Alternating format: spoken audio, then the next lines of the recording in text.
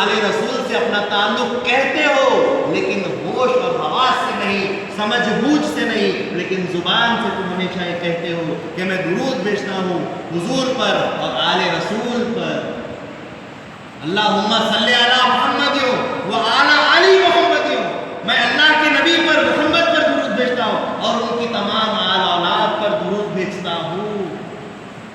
ان سے تعلق ہے لیکن اپنے آپ کو ہوش میں رکھ کر بھی تعلق پیدا کرو، سمجھ بوجھ رکھ کر ان سے تعلق پیدا کرو، ان سے محبت پیدا کرو، اس لیے نہیں کہ ان سے تم کو ڈرنا ہے یا ان سے تم کو جو ہے بچ کر نکلنا ہے، اس لیے پیدا کرو تاکہ ان کی عزت کرو، ان سے دین سیکھو، ان سے ہدایت کے کلمات سیکھو، ان سے قرآن سیکھو، ان سے خدا کا راستہ سیکھو، اس لیے ان سے تعلق پیدا کرو، نہ کہ صرف اگر ان سے برا کہیں گے یا ان سے جو دور رہیں گے تو ہماری بھلائی ہے ہم بچے رہیں گے، نہیں، اللہ کے نبی نے فرمایا ان سے جڑنے والا ہی بچتا ہے، ان سے دور ہونے والا بھی ڈوب جاتا ہے۔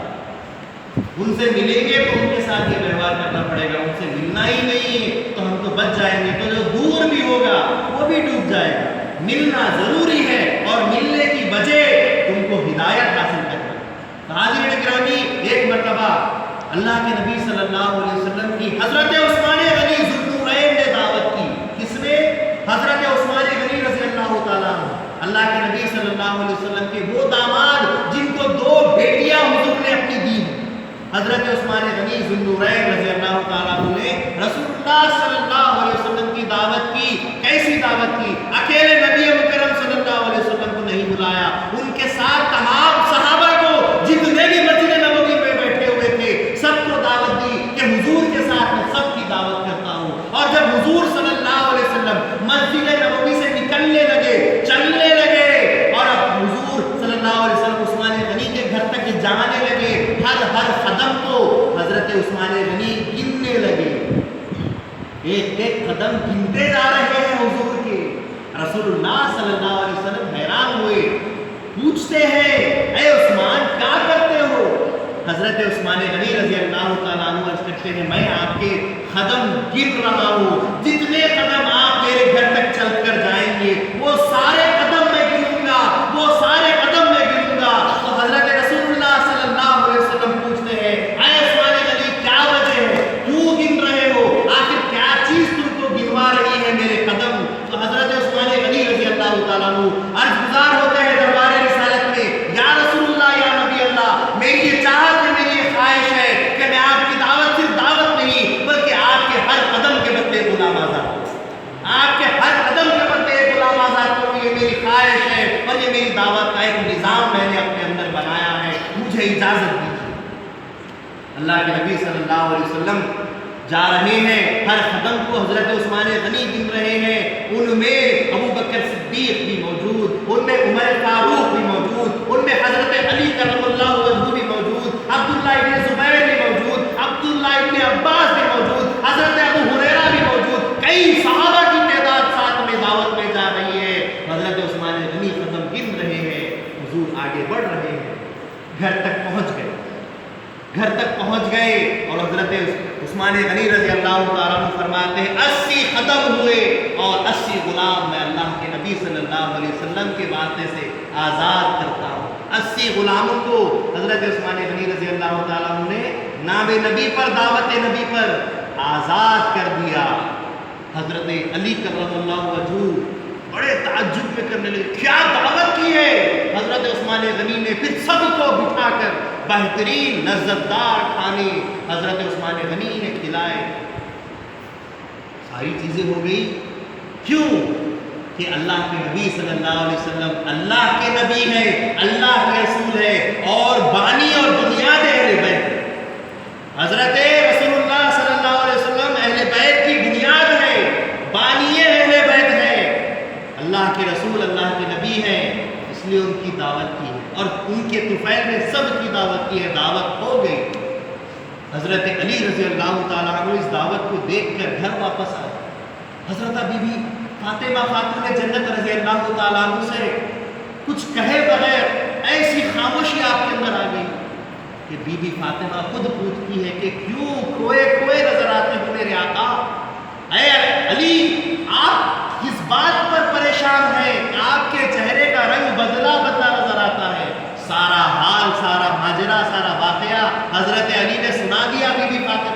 اے بی بی فاطمہ عثمان غنی نے ایسی ایسی دعوت کی، ایسے ایسے غلاموں کو ان کے قدموں کے طفیل آزاد کیا اور ایسے ایسے کھانے کھلائے. کیا شاہی دعوت حضرت عثمان غنی نے کی ہے؟ سوچتا ہوں کہ میں بھی دعوت کروں اللہ کے نبی صلی اللہ علیہ وسلم کی، لیکن میری اتنی حیثیت نہیں کہ میں اللہ کے نبی کی ایسی دعوت کر سکتا ہوں. تو بی بی فاطمہ خاتون جنت رضی اللہ تعالی عنہا اپنے خاوند کو دیکھ کر یہ کہتی ہے اے علی جائیے، اے علی جائیے، اللہ کے نبی کو آپ بھی دعوت دے دیجیے.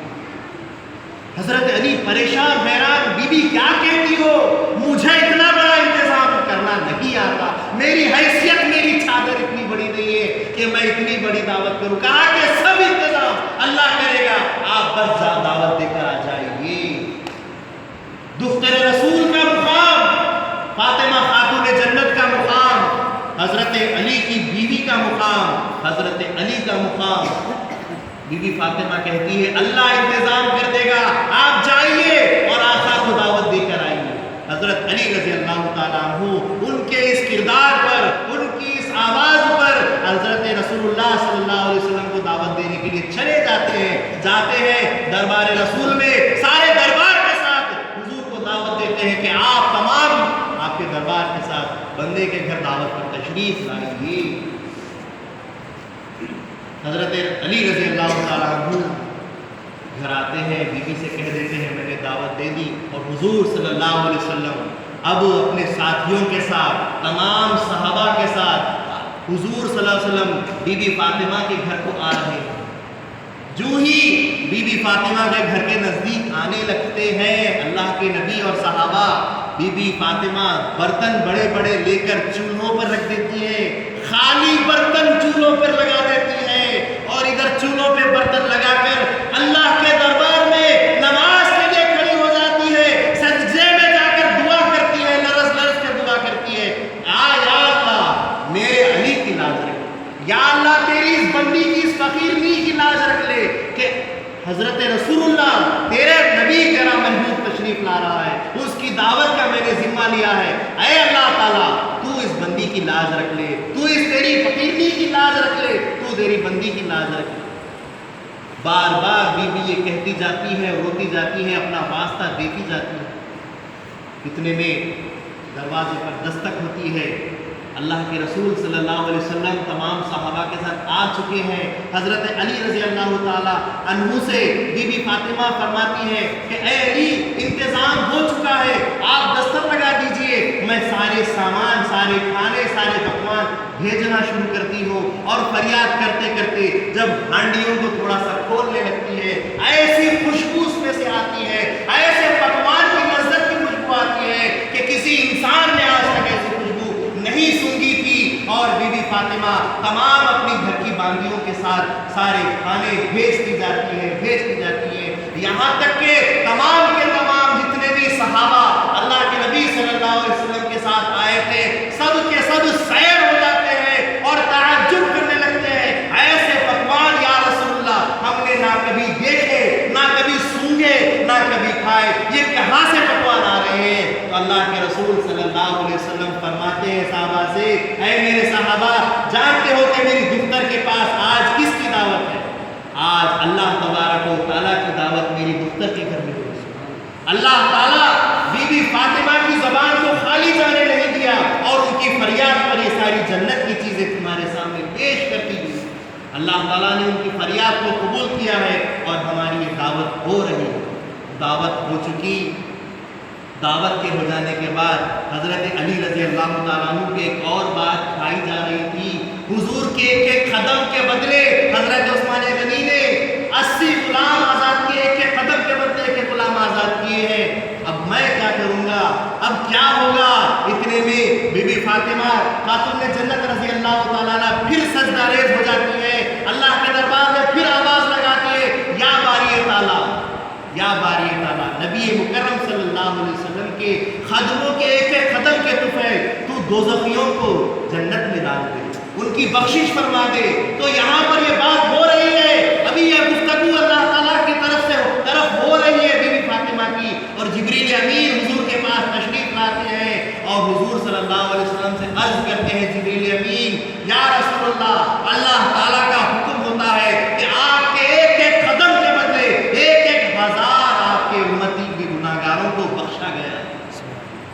کی وجہ سے؟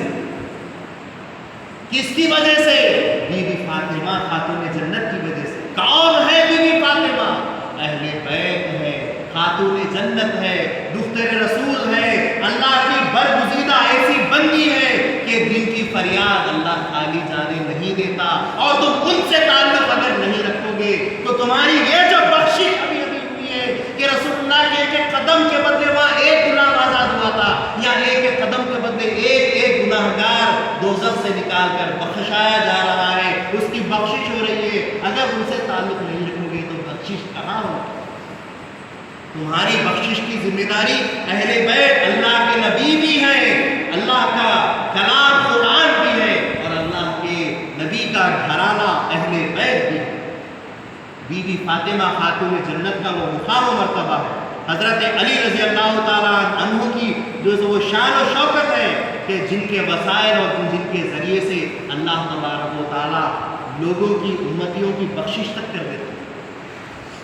حاضرین گرامی، یہ حضرت رسول اللہ صلی اللہ علیہ وسلم کے اہل بیت کا مقام ہے، اور جب یہ بی بی فاطمہ، اس کا ذکر چل رہا ہے بی بی فاطمہ کا، اہل بیت کے ابھی اور دو ہستیوں کا ذکر باقی ہے، امام حسن امام حسین کا ذکر ابھی باقی ہے، وہ بھی اہل بیت ہے، لیکن ابھی بی بی کا، دختر نبی کا ذکر چل رہا ہے۔ جب بی بی کا وصال ہوا، جب بی بی کا وصال نزدیک آیا، بی بی روتی ہے، حضرت علی رضی اللہ تعالیٰ عنہ سے عرض کرتی ہیں، فرماتی اے علی، اس جسم کو کسی غیر مرد نے، کسی نامحرم نے اب تک نہیں دیکھا ہے، میری یہ فریاد ہے، میری آرزو ہے، میری یہ تمنا ہے کہ میرے جسم کو جیسا زندگی میں کسی نے نہیں دیکھا، میرے انتقال کے بعد، میرے پردہ فرمانے کے بعد میرے جسم کو اور کوئی نہیں دیکھے،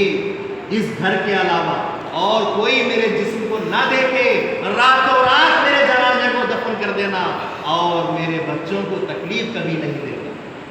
امام حسن اور امام حسین رضی اللہ تعالیٰ عنہ سے ایسی محبت تھی بی بی کو کہ اس تکلیف میں بھی، اس حالت مرگ میں بھی بی بی فاطمہ خاتون جنت رضی اللہ تعالیٰ عنہ پانی گرم کرتی ہے بچوں کو نہلانے کے لیے، آٹا گوندتی ہے حضرت علی کو اور بچوں کو کھلانے کے لیے۔ حضرت علی روتے ہیں کہ بی بی، ابھی تو تم نے کہا کہ تمہاری جان جانا اللہ کو پیاری ہونے والی ہے، تم اللہ کے دربار میں جانے والی ہو، تو یہ ساری ذمہ داریاں کیوں کر رہی ہو؟ تو کہنے لگتی ہے کہ میں اپنے گھر کی ذمہ داری پوری کر کے جانا چاہتی ہوں۔ ہر گھر کی بیوی کو سبق دینا چاہیے کہ اپنے بچوں کا کام کرنا اپنا ذمہ داری کا کام ہوتا ہے، اپنے شوہر کی خدمت کرنا اپنی ذمہ داری کا کام ہوتا ہے۔ یہ ساری ذمہ داریاں ادا کرتے ہوئے اللہ کی عبادت کرنا پھر عورت کے اوپر فرض ہوتا ہے۔ یہ ساری چیزیں چھوڑ کر اگر عبادت کرتی ہے تو اس کی عبادت بھی رائے گا، اور اگر جو ساری چیزیں کرتی ہے عبادت ہی نہیں کرتی، جیسا کہ ہمارے پاس کا آج کل کا ساری دنیا میں ماحول ہو گیا ہے کہ بیوی کہتی ہے، بچے ہیں، شوہر ہے، کام ہے، جھاڑو ہے، چکی ہے، عبادت کہاں؟ تو اگر یہ بھی کرتی ہے تو بھی نہیں، یہ بھی کرنا ضروری ہے، وہ بھی کرنا ضروری ہے۔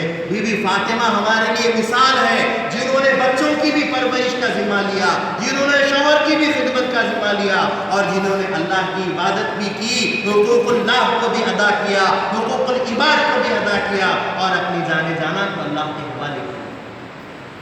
حاضرین گرامی، اس پردے کا خیال ہونا چاہیے، اس کردار کا خیال ہونا چاہیے، اہل بیت سے ہمارا تعلق ہونا چاہیے، اور اس بیوی سے ہمارا تعلق ہونا چاہیے۔ تمام بیویوں کو اس بیوی کا واسطہ ہے کہ تمام بیویاں اپنے اندر وہ کردار پیدا کریں کہ کل کے دن خاتون جنت کے ساتھ ہی تم کو جنت میں جانا ہے۔ اگر وہ خاتون اجازت نہیں دے گی، چاہے تمہارا کتنا بڑا کردار کیوں نہ ہو جائے، چاہے تم کتنے ہی پار کیوں نہ ہو جائے، لیکن اس بیوی کی اگر اجازت نہ ہو، چابیاں ان کے پاس ہے، وہ جنت کی سردارہ ہے، ملکہ ہے، وہ اگر روک دے گی تو تم جا نہیں پاؤ گے۔ کب جانے دے گی؟ جب ان سے تعلق ہوگا، ان کی محبت ہوگی۔ تعلق کب ہوگا، محبت کب ہوگی؟ جب ان کا عمل تمہارے اندر آئے گا، ان کی ہوئی خدمت تمہارے اندر بھی آئے گی۔ بچوں کی خدمت جو وہ کرتی تھی تمہارے اندر وہ ہونی چاہیے، خاوند کی خدمت جو وہ کرتی تھی تمہارے اندر وہ آنی چاہیے، نبی اللہ سے جو محبت کرتی تھی وہ محبت تمہارے اندر آنی چاہیے،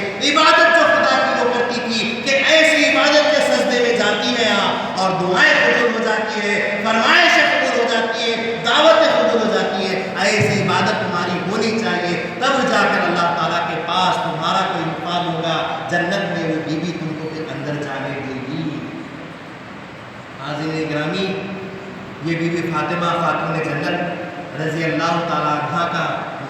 مرتبہ تھا. یہ رسول اللہ صلی اللہ علیہ وسلم کے گھرانے اہل بیت میں سے بی بی عائشہ صدیقہ، حضرت علی کرم اللہ وجہہ، بی بی فاطمہ خاتون جنت اور رضوان اللہ علیہم اجمعین کا مقام و مرتبہ تھا.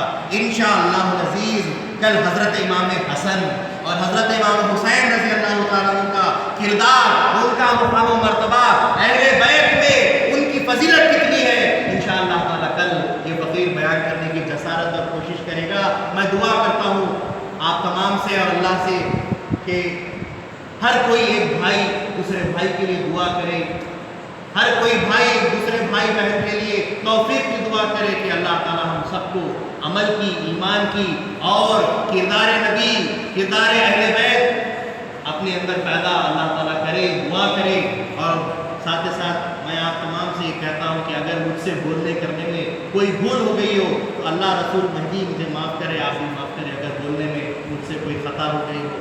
اور اللہ سے دعا ہے کہ اللہ تعالیٰ بولنے سننے سے زیادہ ہم کو عمل کی توفیق عطا فرمائے. اللہ تعالیٰ سے دعا ہے کہ اللہ تعالیٰ کردار نبی ہمارے اندر پیدا کرے، اوصاف نبی ہمارے اندر پیدا کرے اور محبت اہل بیت ہمارے اندر پیدا کرے. ان کے ساتھ وہ محبت کا رشتہ جس کے ذریعے سے ہمیں ہدایت مل جائے، وہ رشتہ اللہ تعالیٰ ہمارے اندر پیدا کرے. اللہ تعالیٰ سے دعا ہے کہ اللہ تبارک و تعالیٰ ہماری دنیا بھی بنائے، ہماری آخرت بھی بنائے.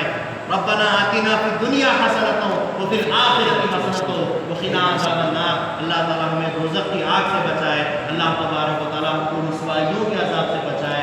اللہ تعالیٰ ہمیں اچھا عمل کرنے والا، عمل صالح، عمل با محبت کرنے والا بنائے. اللہ تبارک و تعالیٰ ہماری قبروں میں ہم کو آرام دے، قیامت میں سایہ نبی سایہ مہدی پہ ہم کو جگہ دے. اللہ تعالیٰ اپنے رحم و کرم سے ہم کو قبول فرمائے. اللہ تعالیٰ واسطوں سے، وسیلوں سے شفاعت ہماری کرواتے ہوئے ہماری مغفرت فرمائے. اللہ تعالیٰ ہمیں اپنے دیدار کی جنت سے سرفراز فرمائے. آمین. وآخر دعوانا